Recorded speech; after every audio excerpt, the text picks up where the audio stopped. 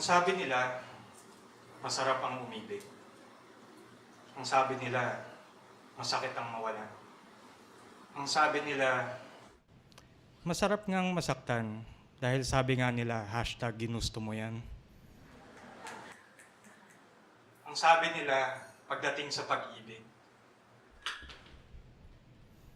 mahirap ang magmahal lalo na para sa sining. Ang sabihin ko sa inyo, bilang makata, pabili naman ng beer para sa lahat ng makakaalala. Okay, wala lang yan. Hi, good evening. I'm Franz Pantaleon, a storyteller, and I tell stories for free beers. And I'm sure everyone else who's been on stage would like a free beer too. Para kita niyo yung gusto ko. I remember watching television with my mother when I was around 5 years old. Eyes wide with wonder, glued to the television screen while explosions went off left and right. Then, out of the shadows came a vicious monster.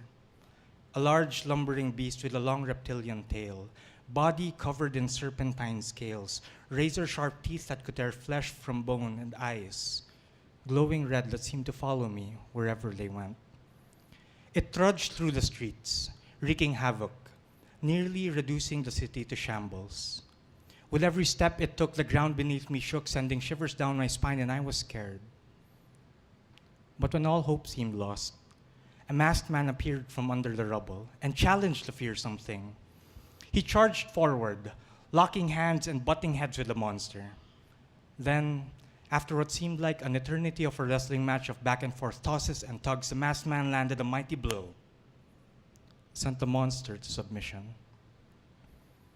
I marveled at his strength and wanted to be just like him.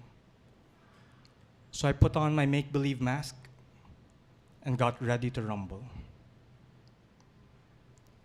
My fist was clenched when it came in contact with the monster's jaw.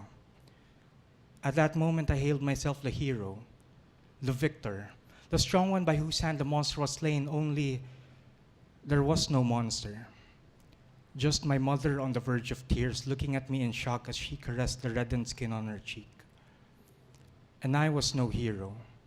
Not when my excitement turned to fear as I witnessed my mother's hand turn into an airplane, take off of its arm-length runway, and crash land on my cheek. I burst into tears while back on the television screen, the masked man held his arms up in victory. When I see the people on television going about their daily adventures, I wish I could run my fingers across their warm wounds and aching limbs, but I know that I would only be met by the cold, hard glass of the television screen. The people who live fictional lives against two-dimensional dioramas do not know what it feels like to bleed, to hurt, to be struck. To them, it's all simply part of the script, a show put on for entertainment for people like you and people like me. On screen, the masked man is strong as nails, but he does not know what it means to be human. And people have such soft bodies. When I was 8, my brothers and I were playing around the house when we accidentally broke an antique vase. It fell to the floor with an unmistakable crash, causing our father to come out of the room to investigate. Upon seeing the shattered remains of what was once a priceless antique, he yelled at us, told us to wait outside, while he went back in. He emerged a few minutes later with a leather belt in hand. I knew what it meant, and it scared me. I've heard stories of how a strike comes without warning, like a crack of lightning with thunder racing to catch up, only you don't feel the bolt of lightning. Only the slow burn of a branding iron digging deep into your skin. Maybe once, maybe twice, maybe more. When it comes to the swift strike of a belt, the pain is never only skin deep. We cowered in fear, each one of us hoping that the others be called first, but being the eldest, I was always first up to the bat. He grabbed me by my wrist and started dragging me to the room. I did my best to resist, but tears never bear any weight, and gazes loosely anchored on the floor hold no ground.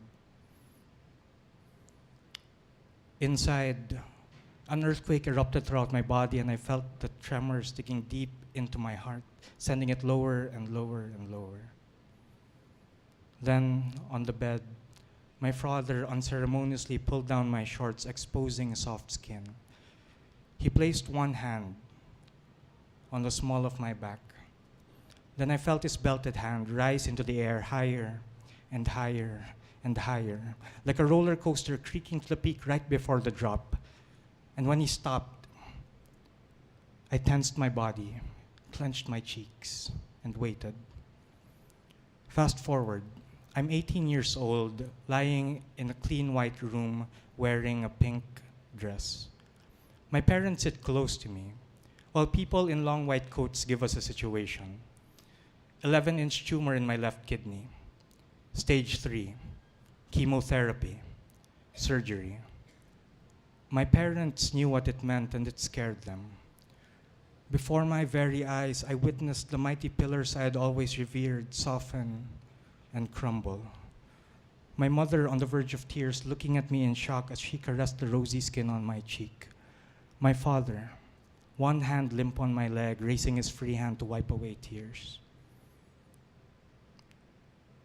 So I did the only thing I could. I told them, everything's going to be okay. I am strong because of you. Over time, I have learned that strength has nothing to do with having a heart as hard as stone.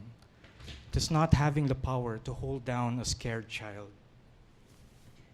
Strength is accepting that we have soft bodies that were never meant to resist pain, but to absorb it. Right after being slapped by my mother, she immediately drew me into her embrace while apologizing over and over and over. My father's hand came down like lightning from the heavens, and I heard the thundering blow of the belt hitting the bed beside me. Then I felt the lifting of a great weight as my father took his hand off my back.